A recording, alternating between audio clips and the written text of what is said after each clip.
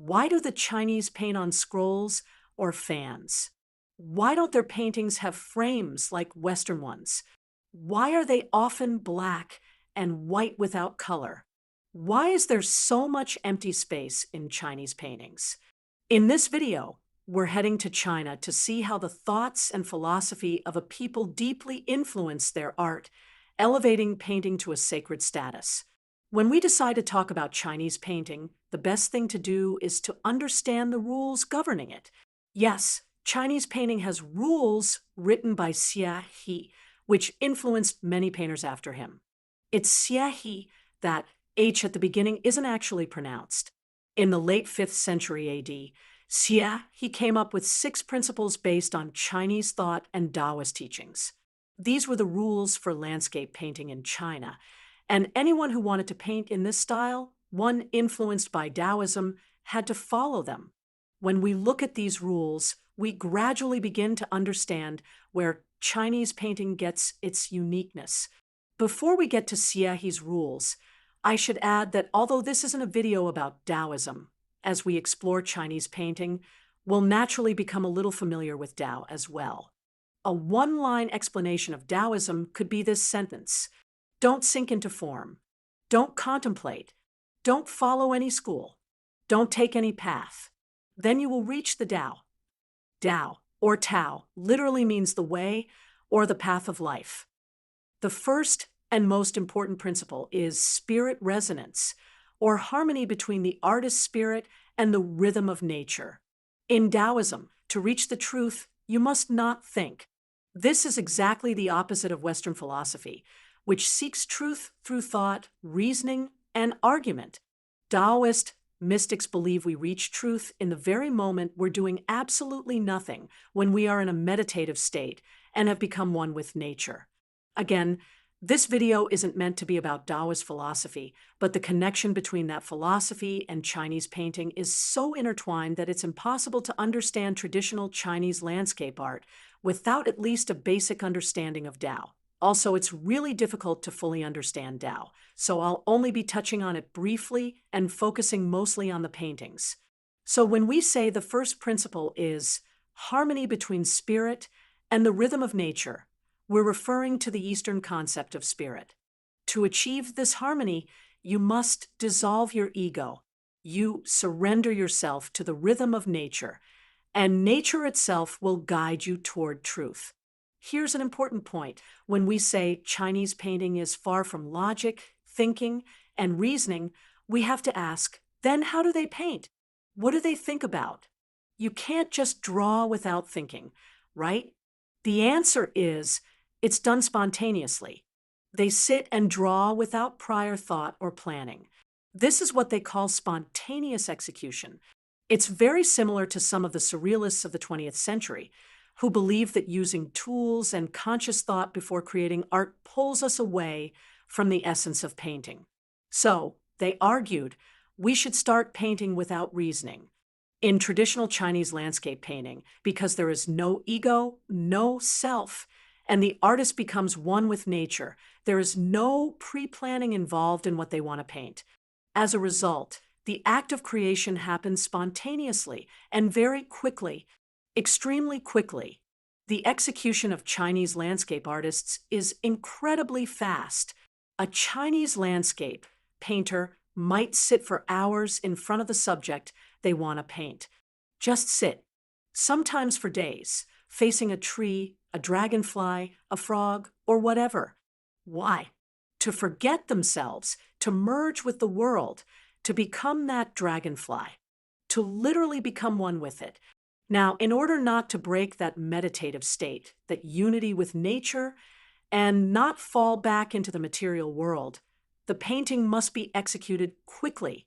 That's why they spend years mastering their painting techniques and tools, so that on the day they go out into nature and want to create something in a moment, they can do it in the best and fastest way possible. A Chinese painter has extraordinary skill in using ink and water. Incredibly so, because that skill is essential for painting quickly.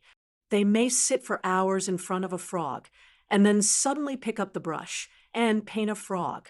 The execution is fast. very fast, but the meditation beforehand is long, and the practice before that, much, much longer. That's why Chinese landscape artists only reach mastery in their old age. The second rule: a Chinese painter must sit in the most natural position possible, the lotus position. In this position, the rhythm of nature flows through the body. They believe this only happens in that state. That's why a Chinese painter doesn't rest their hand on anything. While painting, they don't lean on their hand or even their back. How does the brush move? In alignment with the internal structure of the subject. What does that mean?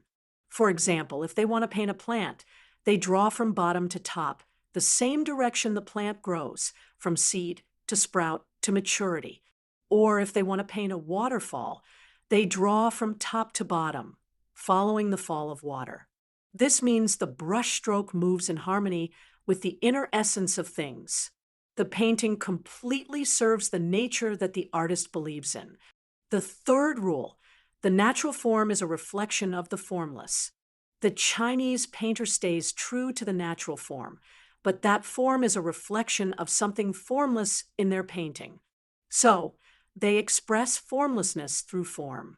Back to Taoism, briefly, they believe that humans are nothing compared to nature, but that nature itself is nothing compared to the ultimate truth of the universe, which is nothingness.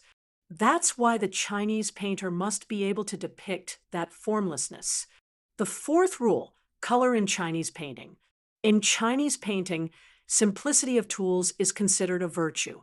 So, in both brush and color, Chinese artists aren't looking for variety. They might use one or two brushes and one or two colors. They work with tonal variations, different concentrations of ink, rather than a wide palette. Simplicity is essential to them. Here, it's important to note that calligraphy in Chinese painting is painting. When writing, the artist uses the same brush movements that they use in painting. These two are not separate. In Chinese painting, the text is part of the artwork. The style of writing is the same as their painting. To talk more about color, we need to highlight some major differences between Chinese and Western painting. One key difference: Western paintings are hung on walls, bought and sold. You have to go to a gallery or museum to see them. But in Chinese painting, the artwork is done on a scroll kept in a precious box. It's taken out, read, and then returned to its place. Yes, Chinese paintings are read. As you unroll the scroll, bit by bit, you are slowly reading the painting and moving forward through it. That's why writing is an integral part of the painting. Altogether, it forms a unified artwork that you read. The second difference: the Western artist signs their name at the bottom of the piece. The Chinese artist has left their ego behind, has killed their sense of self in order to reach the Tao. There is no trace of their name in the painting itself. The third major difference: Western painting, historically, is mostly done with oil or acrylic paint, mediums that allow for revision. You can let it dry and paint over it. But Chinese painting is done with ink and water, which allows for no corrections. That's why we say their painting is intertwined with their philosophy. They believe that painting, like life, is not subject to revision. Every opportunity comes only once. That's why the artist must have such mastery that, despite needing to work quickly, they must be able to paint everything in a single attempt. The fifth rule: composition. The composition must convey that man is overwhelmed by nature, and nature itself is ultimately subdued by nothingness. This is where empty space becomes dominant. That's why the presence of emptiness is so striking in their paintings. It seems to swallow everything, because in their philosophy, all that exists is perishable, and what is eternal is non-being. So, in Chinese painting, the composition reflects that, first, humans are insignificant or absent altogether. Second, even nature and its grandeur are subject to nothingness. And now, the final rule: respect for tradition. In the East, artists generally respect their ancestors. They honor what their teachers and past masters did. In a way, they see innovation and avant-garde thinking as something suspicious or even frowned upon. Look at Persian miniature painting. For example, for 100 years, they painted in the same way. The foundational structure was never disrupted. Their creativity stayed within those boundaries. In Chinese landscape painting, it's the same. For 100 years, paintings often look very similar. That's because tradition matters. In the West, it's different. In contemporary Western art, a new art movement might emerge every 10 years. I'm not here to say which one is right or wrong, but I want us to think about this. When we see two Chinese paintings created 700 years apart that look remarkably similar, it's not because the artists didn't know how to paint differently. First, painting that way requires immense skill. Second, the Chinese artist believes they must remain faithful to their predecessors, and they see virtue in that loyalty because truth resides with the ancestors. And it's only through that respect that they can approach truth. In Western art, breaking structures and being progressive has often been celebrated, at least historically, because we also know many avant-garde artists faced resistance in their own time. But today, they are remembered fondly. In Western art, a student does not want to be like the master. They feel it's their duty to add something to the previous generation's art. For example, Egon Schiele was a student of Gustav Klimt, yet their work has almost nothing in common. In Chinese painting, the student is loyal to the teacher, the tradition, and the ancestors. Their creativity exists within that framework, not in breaking it. Today, we took the path of Chinese art and explored the East through the 6 principles of Xie. Share your thoughts with us in the comments. If you're interested in learning more about Taoist philosophy and its connection to art, let us know. Don't forget to share this with your art-loving friends. And if you haven't subscribed yet, now's the time.